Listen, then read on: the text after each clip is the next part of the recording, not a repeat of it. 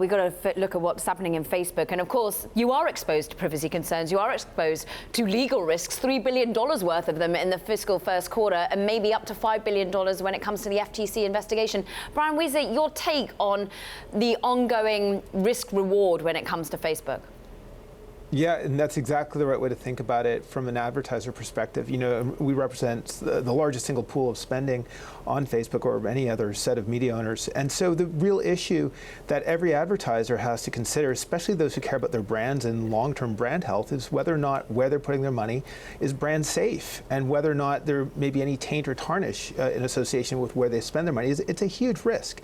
That said, advertisers recognize that there's reward to being associated with a platform that can deliver an awful lot of eyeballs. And again, Facebook specifically and Instagram increasingly are very important suppliers of media inventory.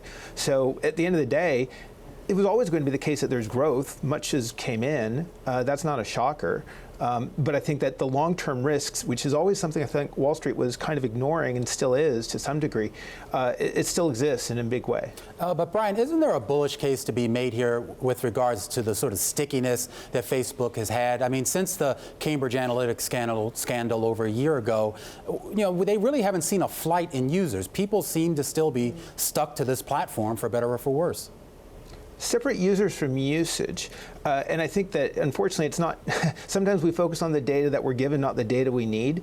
We can get the data we need from third-party sources, Nielsen, Comscore, otherwise. And I think you'll see pretty consistently, and even the companies acknowledge that there has been a reduction in usage of the platform by their users. That's not to say that they're losing users per se. Now, the overall reach advantage that Facebook has is substantial, and so that is among the reasons why it's so compelling.